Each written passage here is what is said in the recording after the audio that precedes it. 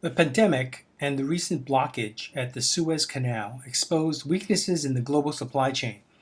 Singapore has a plan to attack the problem of food security with its 30 by 30 food security goal, which is to produce 30% of the country's nutritional needs by 2030. Food security has many definitions, with one simply being a measure of the availability of food and individuals' access to it. The United Nations Committee on World Food Security has a more robust definition, but easy to understand. The 30 by 30 Food Security Initiative is a countrywide effort led by the Singapore Food Agency and the Singapore Institute of Food and Biotechnology Innovation. Environmentally sustainable is the criteria I added to the definition of food security. But how can Singapore, being just a bit smaller than New York City, grow enough food to reach even the 30% mark?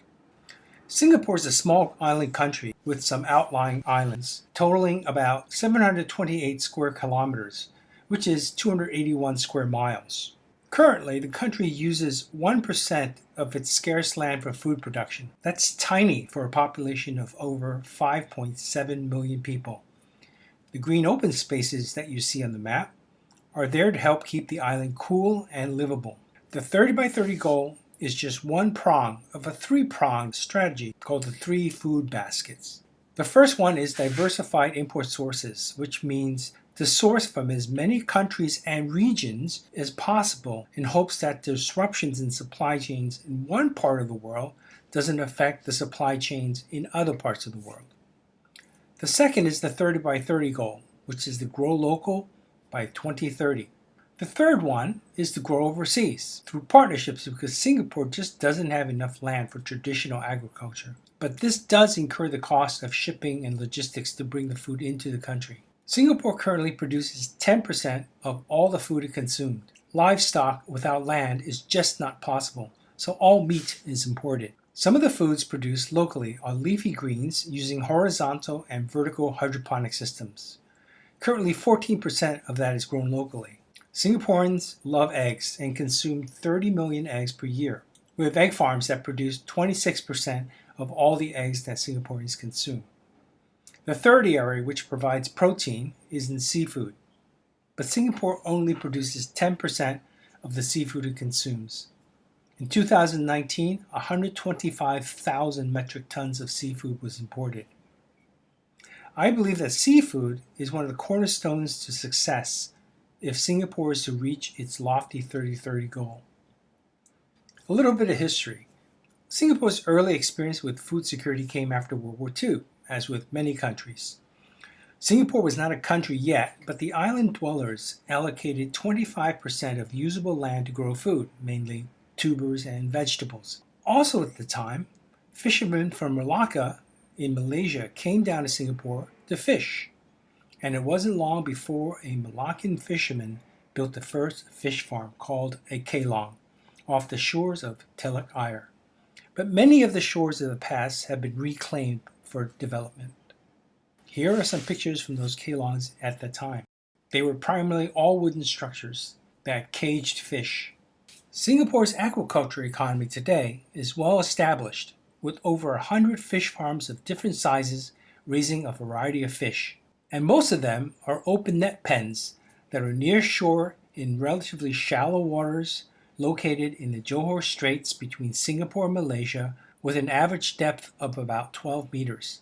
There are also two fish farms in the south of Singapore with deeper waters, where the average is 22 meters, but here they experience stronger currents and busier maritime traffic. The advantages of open net pens are they require low startup costs, low energy requirements, and it's low tech. The disadvantages are that they're vulnerable to adverse environmental conditions, requires a boat to access, and low controllability.